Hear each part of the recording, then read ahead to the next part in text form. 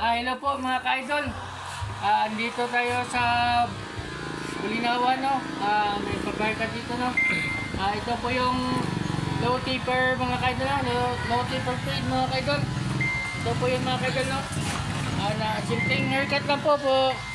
Napakaganda mga ka-idol, no? Viewing lang po tayo mga ka-idol, ha? Ayan.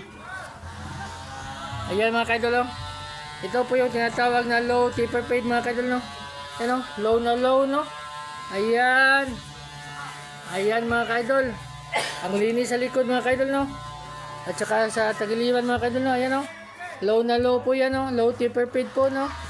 Ayan. O yung mukha, ayan. Ayan. Ayan pala, napakagwapo. Napakagwapo nga pala mga ka-idol, no? Ayan, no? Ayan. Ayan, ang ganda ng haircut niya mga ka-idol, no? Ayan, no? Ayan, napakagandang haircut, no? Simply amazing, no? Ayan. Ayan.